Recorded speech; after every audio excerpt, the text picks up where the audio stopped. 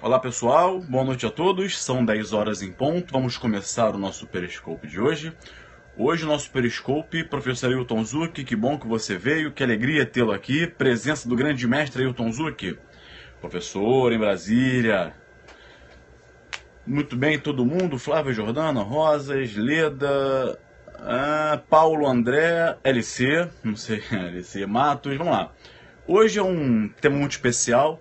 Estamos avançando na parte geral em teoria da pena e hoje nós temos um tema que é muito interessante. Ele nasceu de um experimento, nasceu de uma comparação, de uma metáfora. Ele tem um substrato na criminologia. Vamos trabalhar então com a The Broken Windows Theory, a chamada teoria das janelas quebradas. Obrigado que você gostou do meu livro, fico feliz em poder ajudá-los. Essa teoria das janelas quebradas, inclusive, eu trato dela no meu livro de leis especiais para concursos da Juspodium, dentro da lei de crimes hediondos. Lá no comecinho da lei de crimes hediondos, eu trato dessa lei. A teoria, amigos, da janela quebrada, das janelas quebradas, livro sempre é melhor que chocolate. Sempre. Tem um pessoal aí que quer estragar o meu café, só quer um chocolatinho, não fala assim, só quer um acompanhamento pro café? Eu falei, quero. Qual o chocolate? Chocolate eu não quero, vai estragar meu café. Muito bem. Boa noite a todos. Dia de muita alegria, tema muito legal, tá bem? Vamos lá. Posso começar? Todo mundo aí presente, pessoal entrando. Vamos manter o nosso clima de sala de aula, o nosso clima acadêmico, o nosso clima de silêncio para que todos possam usufruir desse momento de concentração, de foco. Vamos focar, tá bem? Vamos lá. Teoria, portanto, das janelas quebradas. Vamos começar. Então agora, por favor, pedir a todos silêncio. Vamos lá, todo mundo. Vamos lá. Vamos até 10h30. Vamos até onde o tempo der, depois da hora para perguntas, como eu sempre faço com vocês. Essa teoria nasceu em 1900, galera. Vocês são mó barato. Vamos lá, todo mundo. Essa teoria nasceu, amigos, em 1982. Ela foi elaborada por dois professores estadunidenses. O primeiro era um cientista político chamado James Wilson, e o segundo era um psicólogo criminalista chamado George Killing. Autores que eu, a partir de agora, chamarei de Wilson e Killing, para não falar James, Wilson, George Killing. Wilson e Killing. Eles criaram uma teoria chamada The Broken Windows Theory. Tradução, teoria das janelas quebradas. Muito bem. Esse trabalho é um texto que eles escreveram um texto originariamente com o nome comprido Broken Windows, The Police and Neighborhood Safety, publicado na revista chamada Atlantic Monthly em março de 1982. Então, para você que pensa que não é uma novidade, que isso é uma grande novidade, isso já tem mais de 20 anos. Enfim, muito mais de 20 anos. Essa teoria ganhou esse nome porque os dois autores, Wilson e Killing, criaram a imagem de janelas quebradas para tentar explicá-la. Como assim, Gabriel? Eles tentaram estabelecer, com essa teoria, uma relação entre desordem e criminalidade. Então analisaram a relação que existe, eu vou repetir, a relação que existe entre a desordem e a criminalidade. Será que a desordem provoca a criminalidade? Será que a desordem de alguma forma vai influenciar na criminalidade? Seja uma criminalidade leve, e será que essa criminalidade leve, ela se tornará grave? Bom, segundo esses autores, se uma janela de um prédio, imagine um prédio, se uma janela de um prédio fosse quebrada, por qualquer motivo, alguém jogou uma pedra, enfim, se ela não fosse imediatamente consertada, né, as pessoas que passariam por aquela localidade verificariam e concluiriam o quê? Ora, se eu passo por um prédio e vejo uma janela quebrada, No outro dia, passo por aquele prédio de novo. Vejo a janela quebrada. Eles concluiriam que ninguém se importava com uma janela quebrada. Se ninguém se importava com uma janela quebrada, em pouco tempo, as pessoas começariam a quebrar as demais janelas. Mas, Gabriel, para Wilson e Killing, por que as pessoas começariam a quebrar as demais janelas? Porque elas constatariam que ninguém se importava com uma janela quebrada. Então, a partir dali, todas estariam quebradas. Por quê? Ninguém cuida. Se ninguém cuida, é porque ali estaria estabelecida, criada a desordem. E isso levaria ao aumento de criminalidade. Aí, olha que legal, olha que legal, olha agora que legal. Eu peço silêncio a todo mundo, por favor. O pessoal que está anotando está desconcentrando. Olha lá. Eles mencionaram nesse estudo, um experimento feito por Philip Zimbardo. Philip Zimbardo era um sociólogo de Stanford. Em 1969, vou repetir, em 1969, portanto, antes da criação da teoria por Wilson e Killing, que foi em 82, né? Eles pegaram o experimento realizado antes para embasar a teoria deles. Qual foi o experimento? Qual foi o experimento que eles citaram no seu texto, The Broken Windows Theory? Philip Zimbardo, pessoal, pela terceira vez eu vou pedir silêncio. Isso aqui é um ambiente de sala de aula, tá? Philip Zimbardo, ele fez um experimento pelo qual comprovou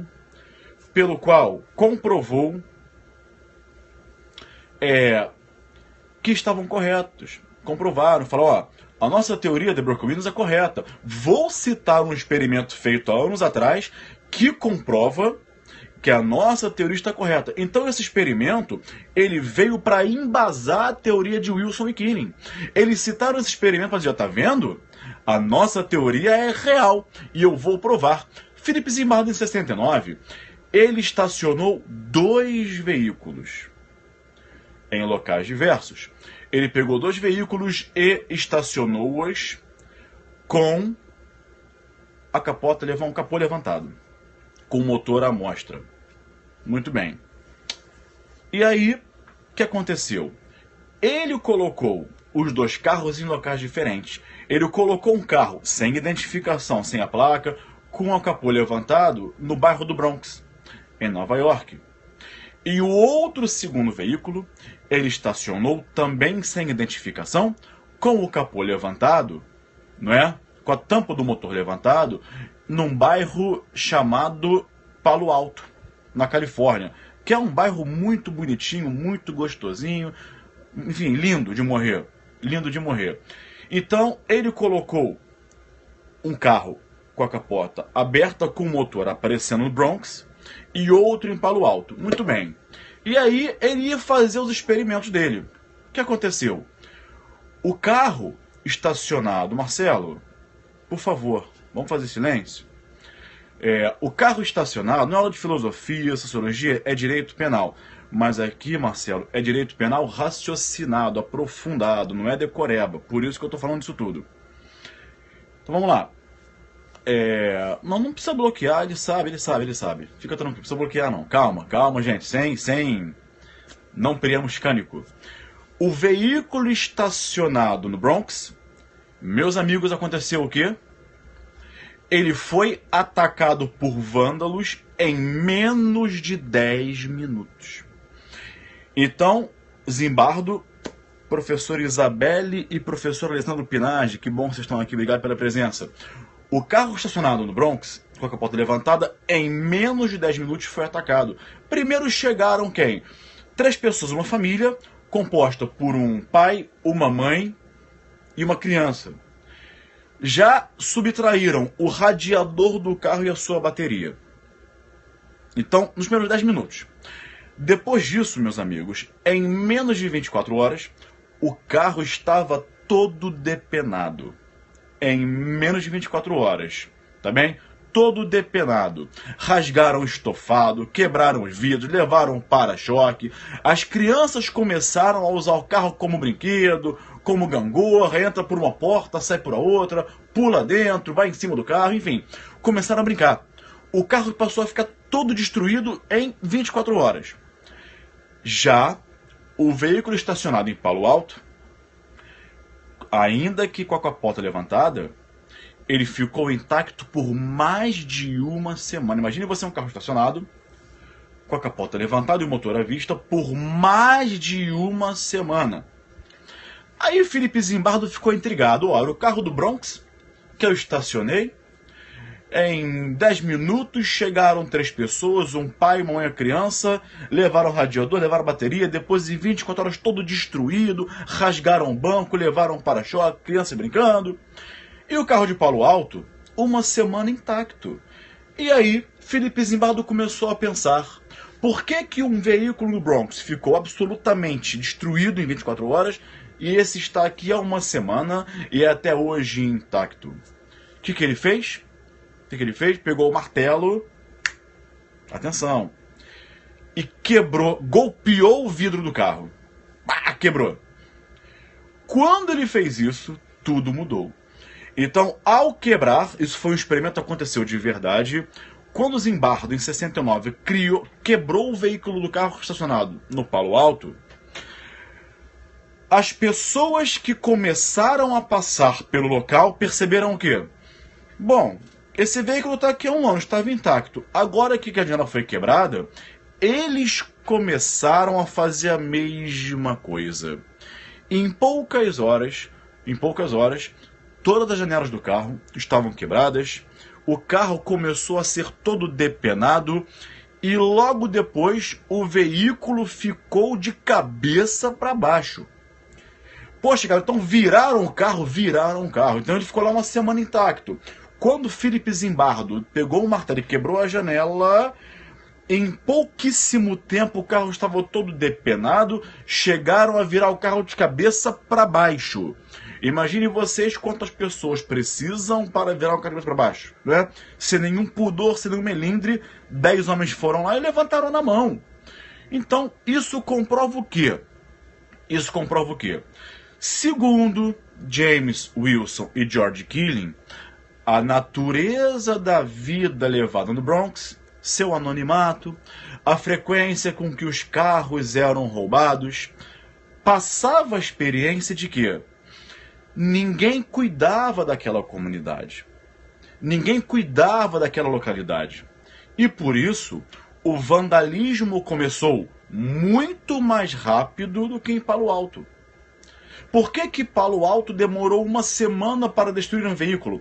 E só o fizeram porque Zimbardo quebrou o vidro com um martelo, senão estaria lá por mais tempo. Por que a criminalidade, a desordem, por que o vandalismo começa? Perguntou-se Wilson e perguntou-se Killing. Muito mais rápido no Bronx do que em Palo Alto, né? Tudo para provar o quê? De acordo com esse comportamento de não cuidar, isso leva ao rompimento do controle da comunidade. Então, quando você não cuida de uma janela quebrada, isso rompe todo o compromisso, rompe o controle daquela comunidade.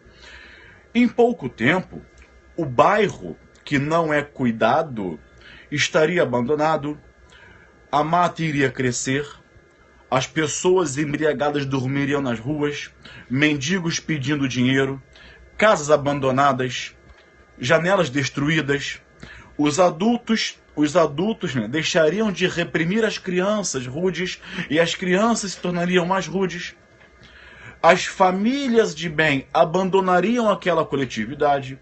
O lixo seria acumulado nas ruas. As pessoas começariam a beber, não é? Nesse momento, já seria inevitável que naquela localidade que ninguém cuida, inevitavelmente, a pequena criminalidade estaria instalada. Tudo isso para provar o quê? Esse processo de que, Gabriel Cortez, um abraço, meu amigo, que bom que você veio. Esse processo de ninguém cuidar seria semelhante ao processo pelo qual uma janela quebrada que não fosse imediatamente consertada resultaria em várias janelas quebradas. Tudo bem? Naquela localidade, os mendigos começariam a perder dinheiro, não é? Os ladrões acreditariam que as chances de serem presos ou identificados seriam reduzidas, não é? O ladrão acredita que num bairro onde as crianças tornam-se rudes por não serem repreendidas, onde mendigos normalmente perdem dinheiro, onde ébrios dormem na rua, não é? Nesses bairros é menos provável, onde a desordem está instalada, é menos provável que os moradores chamem a polícia para identificar os ladrões. E ora, se os ladrões passassem a se sentirem confortáveis, acreditando na sensação de impunidade, ali, em pouquíssimo tempo, a criminalidade estaria instalada. Ok? Se instalaria naquele local. Por isso que Wilson e Killing tentaram fazer uma relação direta entre a criminalidade violenta e a desordem, não é? A desordem levaria um local à criminalidade, porque se ninguém cuida, há desordem. Se alguém cuida, coloca-se ordem. Se ninguém cuida, instala-se a desordem, tá bem? E aí, isso proporcionaria o quê? A prática de vários delitos. Tudo isso ainda para provar que, se uma janela quebrada converte-se em outras janelas quebradas, porque ninguém cuidou, ninguém reparou a janela, ninguém consertou, trazendo isso para o Estado, se não se punir com severidade pequenos delitos, futuramente, aqueles pequenos delitos podem se tornar grandes delitos. Se o Estado tolerar a prática de crimes leves, crimes que sejam de pequeno potencial ofensivo, crimes insignificantes, crimes mais simples, sem gravidade média ou alta, não é? A tolerância com os pequenos delitos conduziria a uma sensação de impunidade. E as pessoas que praticassem os pequenos delitos, tendo a sensação de impunidade, porque ninguém cuida, não é? Passariam a praticar delitos mais graves. Então vejam, uma janela quebrada seria a prática de um pequeno delito. Todas as janelas quebradas constituiriam em quê? Na prática de delitos mais graves. Então, quando o Estado deixa de reprimir com severidade um pequeno delito, está mostrando o que para a coletividade? Uma janela foi quebrada e ninguém se importa, ninguém cuida. O Estado, ao não reparar aquela janela, em outras palavras, a não punir com severidade uma janela quebrada, ele estaria sendo permissivo com a prática de crimes mais graves. Então essa teoria, ela veio para, como eu disse antes, estabelecer uma relação de causalidade, uma relação de causa e efeito entre a desordem e a criminalidade.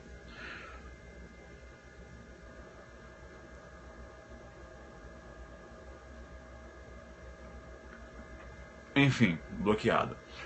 Aí, meus amigos, trazendo para o nosso dia a dia, sinteticamente, vocês acreditam nisso?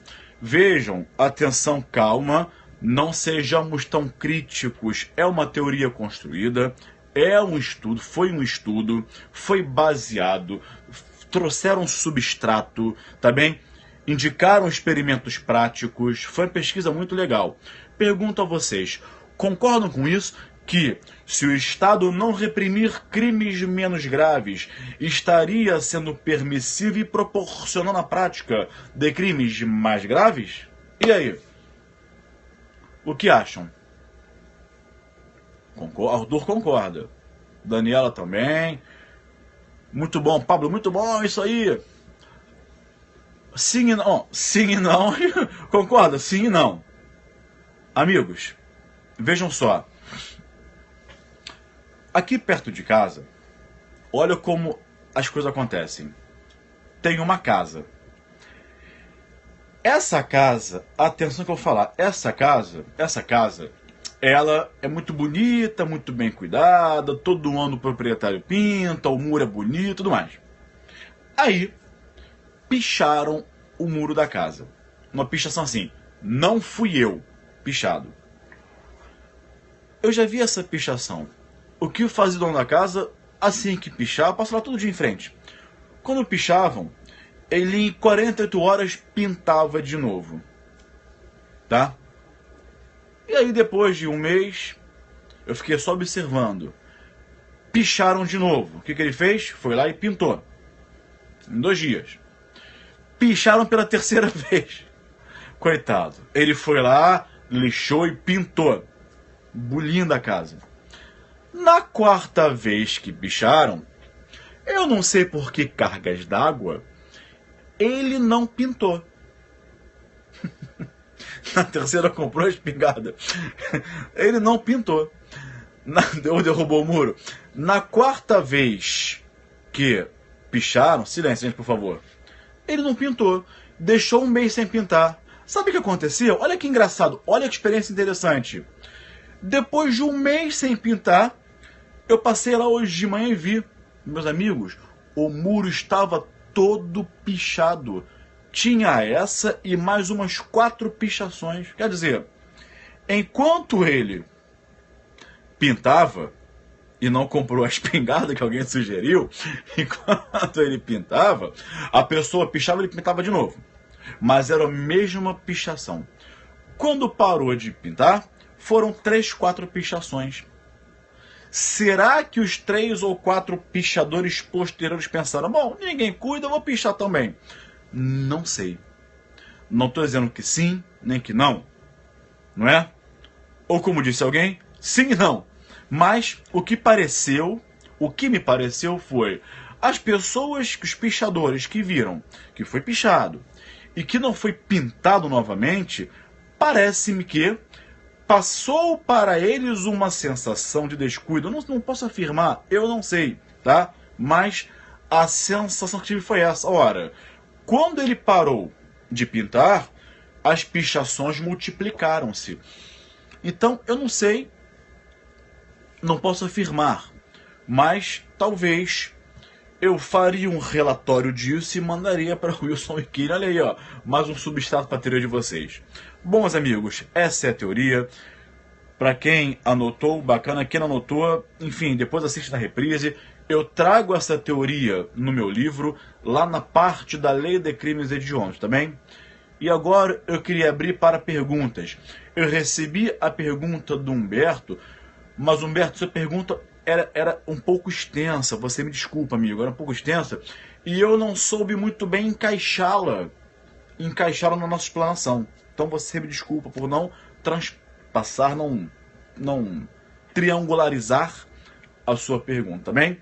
Temos 6 minutos, perguntas. Vamos lá, perguntas. Caramba, peraí, gente, calma. Quem perguntou? Acho injusto, uma pena muito grave, mas é que tá, olha só. Cuidado, não é uma pena grave para um crime leve. Vejam, a sua pergunta foi muito boa, todo mundo presta atenção. Mas não é de proporcionar, Gabriel, punir com pena grave um crime leve? O que o Wilson e Kirin preconizavam não era aplicar, você que perguntou, muito boa pergunta, não era aplicar uma pena grave para um crime leve. Não. A questão é, ao crime leve, aplica-se a pena combinada a ele. Só não deixe de puni-lo. Tá bem? Então, eles preconizavam a punição de um crime leve, tá? E não a punição mais severa do crime leve. E aí, até por questão de princípio da legalidade. Não se pode punir mais severamente do que aquilo que a lei estabelece. Não se pode extrapolar a lei, entendeu? Mais perguntas? Temos ainda 4 minutos. Vamos lá, vamos lá, vamos lá. Não a bagatela? Bom, para essa teoria, boa pergunta, Juarez. Wilson e Killing, eles não fizeram nenhuma comparação com a bagatela. Eles não trouxeram a bagatela, atentem, nem como substrato da teoria, nem como consequência. Não disseram, olha, a bagatela é assim, então não pode ser. Então, à luz disso, não se aplica a bagatela. Não disseram isso, tá? Agora, isso nos leva a pensar o quê? Bom, se eu tenho que punir o crime, por mais leve que seja, com severidade, não é com mais gravidade, é com severidade, parece-me que eles talvez fossem contrários ao reconhecimento do princípio da insignificância. Tá bem? Mais perguntas? Vamos lá, mais perguntas. A corrupção sistêmica, Tiago, talvez seja exemplo disso? Pode ser. Não o exemplo disso, mas talvez, Tiago, agora trouxesse, boa pergunta, a sensação de impunidade. Sensação essa que hoje está acabando, né? Todo mundo sendo preso. Mas talvez trouxesse a sensação de impunidade. Alguém perguntou, Gabriel, a tolerância zero. A tolerância zero tem alguma coisa a ver com isso? Olha, não tem. A tolerância zero, ela é uma outra teoria, merece um outro periscope, não está relacionada com a The Broken Windows Theory. Ela até pode ter pontos de contato, tá? Mas não é uma consequência nem substrato. Há um ponto de contato sim, mas a tolerância zero, ela veio para punir as chamadas incivilities, tá bem? Os pequenos delitos que eram praticados em Nova York, mas não tem relação direta com a The Broken Windows, tá bem? Vamos lá.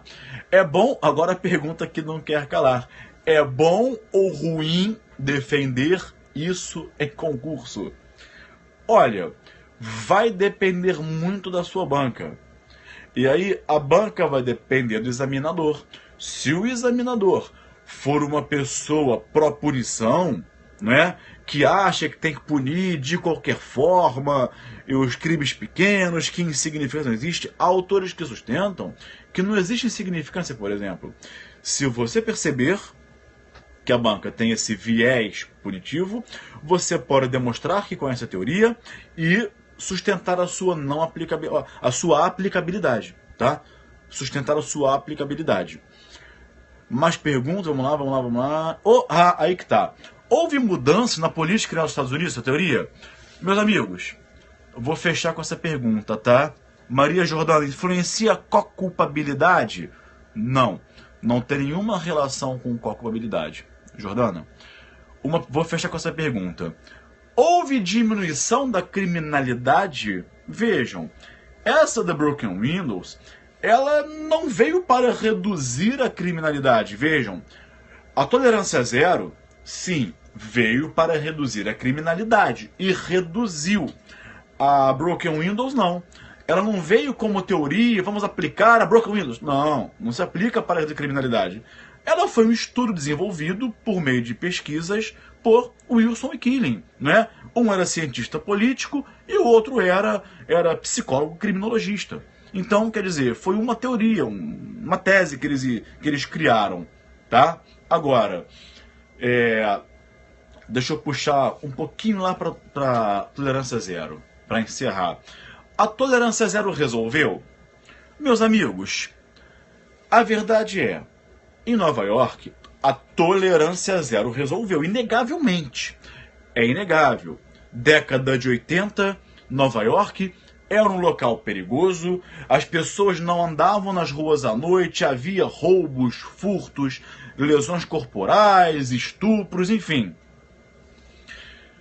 Depois que Giuliani implantou a tolerância zero, punindo as incivilities, tirando moradores de rua, enfim. Todo mundo sabe que os crimes patrimoniais são gerados por desigualdade social. Todo mundo sabe disso. Enfim. Aí entra a questão da seletividade, toda aquela questão que você acabou de falar, Lourenço. Por aí. Lá resolveu. Só que resolveu na prática. Mas tem o outro lado da moeda que ninguém conta.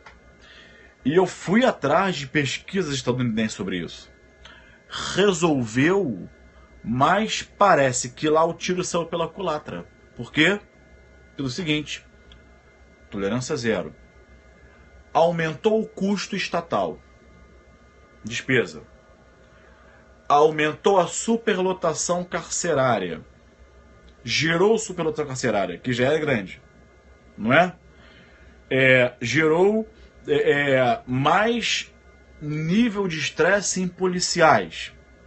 Conflitos locais. Então, quer dizer, nem sempre uma coisa que parece boa nem tudo que brilha é ouro. Então vou resolver. Pera aí. Analise sempre o outro lado da moeda. Quanto custa resolver? Quanto custa você colocar mais tantos mil policiais na rua? Quanto custa você prender várias mil pessoas, 10 mil pessoas, por crimes insignificantes? Que às vezes uma pena de multa resolveria, não é? Quanto custa isso? Enfim, resolveu? Na prática, sim. Mas à custa de outras questões. Tá bem? Bom, meus amigos, chegou ao final desse Periscope. Na próxima quinta-feira, seguiremos com teoria da pena, tá bem? Queria agradecer a presença de vocês. Na quarta-feira que vem, eu vou divulgar o tema de quinta, tá? Perdi. Se você perdeu, vê na reprise depois, tá bom? Pessoal, obrigado pela presença. Um abraço.